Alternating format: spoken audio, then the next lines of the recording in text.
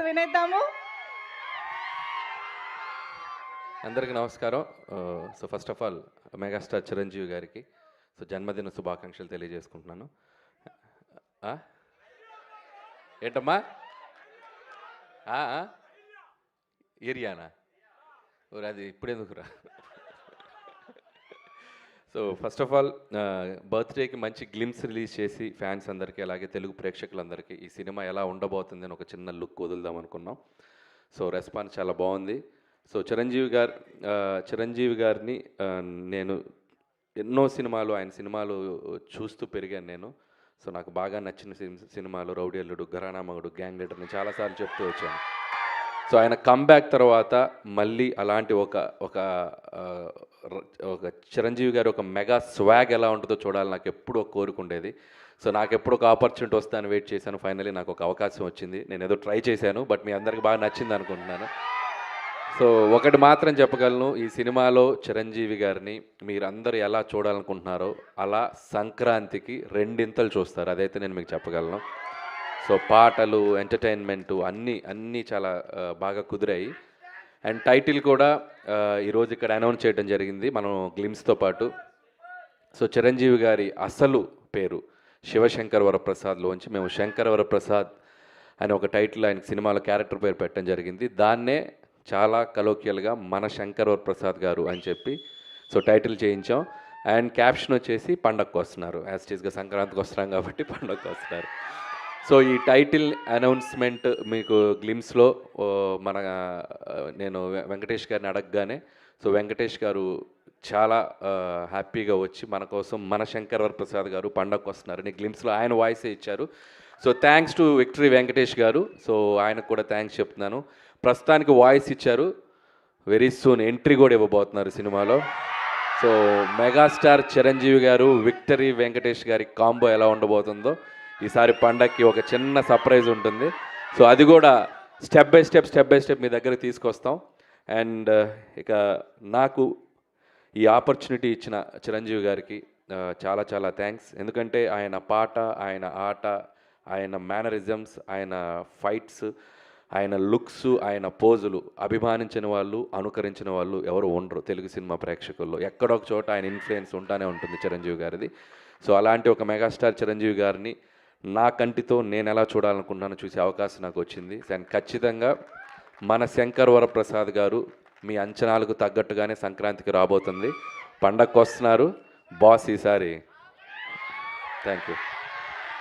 మీ కంటితో చూసే చిరంజీవి గారు డెఫినెట్గా మా అందరి కళ్ళకు కూడా నచ్చుతారు. ఎందుకంటే మీరు మా అందరి కళ్ళతో కూడా చూస్తారని మాకు తెలుసు కాబట్టి you know all the audience pulse. So we are eagerly waiting.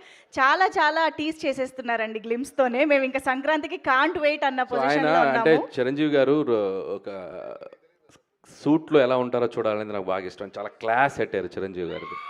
So steps మీద దిగుతున్న ఆ స్వాగ్ ఉంది చూసారు. ఈ సినిమాలో ఇది జస్ట్ శాంపిలే, ఇంకా చాలా లుక్స్ ఉన్నాయి ఆయనది. లుక్ వైజ్ క్రెడిట్ ఇవ్వాలంటే నేను చిరంజీవి గారికి ఇస్తాను. ఎందుకంటే మేము ఇక్కడ విఎఫ్ఎక్స్ కానీ పెద్ద చేసింది ఏం లేదు. జనరల్గా మనకి ఆఫ్టర్ చేస్తాం కదా, అసలు నాకు తెలిసి 90% ఒరిజినల్. మీరు చిరంజీవి గారు చూసింది 90%, 95% ఒరిజినల్. సో ఆయన బాగా వెయిట్ లాస్ అయ్యి ఆయన లుక్ వైజ్ ఎంత కేర్ తీసుకున్నారంటే నా అదృష్టం, నాకు ఆ లుక్ దొరికింది. So credit goes to Chiranjeevi గారు. సో దానికోసం చాలా కష్టపడుతున్నారు ఆయన. మార్నింగ్ ఈవినింగ్ జిమ్ చేసి చాలా లుక్ని బాగా మెయింటైన్ చేస్తున్నారు. అందుకే అసలు నాకు తెలిసి 50, 45, 50+ లా కనపడుతున్నారు లుక్ చూస్తే. So credit goes to Chiranjeevi గారు. Absolutely, that is the dedication of the megastar and that is why he is megastar.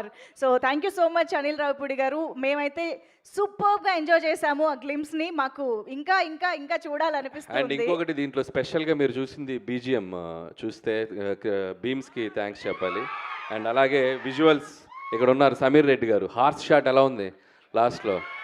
So Sameer Reddy గారు థ్యాంక్స్ సమీర్ రెడ్డి గారు. అండ్ బీమ్స్కి ఈ ఐడియా చెప్పినప్పుడు నాకు చాలా ఇష్టం. రౌడీ అల్లుల్లో ఆయన స్టెప్ కూడా మీకు గుర్తుందో లేదో, దివ్యభారతిని ఇక్కడ కూర్చోబెట్టుకొని ఇలా ఓ స్టెప్ వేస్తారు మంచుకొండల్లో. సో అలా ఆ బీజిఎం నాకు చాలా ఇష్టం. సో ఆ బీజిఎంనే ఒక సెంటర్గా చేసి ఒక మాస్ బీజిఎంగా చేస్తే ఎలా ఉంటుంది అని చెప్పి నేను బీమ్స్కి చెప్పాను. సో బీమ్స్ దాన్ని నెక్స్ట్ లెవెల్లో కంపోజ్ చేశారు. సో అది అనిల్ గారు మీరు ఎప్పుడు ఘరానా మొగుడు ఇలాంటి చాలా సినిమాల్లో చిరంజీవి గారి క్యారెక్టర్స్ గురించి డిస్కస్ చేస్తూ ఉంటారు, చెప్తూ ఉంటారు. అలాంటి ఏదైనా క్యారెక్టరైజేషన్లో కానీ మేనరిజమ్స్ని కానీ సినిమాలో మళ్ళీ రిపీట్ చేయడం జరిగిందా? సో మ్యానరిజమ్స్ ఏవి అట్లా తెచ్చి పెట్టి చేద్దాం లేదు కానీ అది ఇప్పుడు టూ ఎర్లీ చెప్తున్నాను కదా, అక్కడక్కడక్కడక్కడక్కడ ఇస్తాం. అలా అలా వచ్చి వెళ్తండి అనమాట. వాళ్ళకి అర్థమైపోయింది అన్ని థియేటర్లోనే అని. అన్నీ అక్కడే.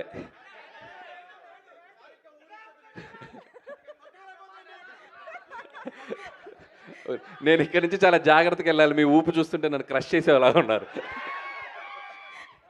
సార్ ఆనందంతో వాళ్ళు ఇక్కడ బతకాలి కదా సార్. ఇంకా ఏం కావాలమ్మా? డైలాగా చేయి చూసావా ఎంత రఫ్గా ఉందో? రఫ్ ఆడించేస్తాం. బాక్స్ బద్దలైపోద్ది. ఇంకా అన్నీ ఎక్కడైతే వద్దా? ముందు చాలా ఫంక్షన్స్ ఉన్నాయి. ఇంకొకటి సార్, మూడోది ముచ్చటగా మూడోది.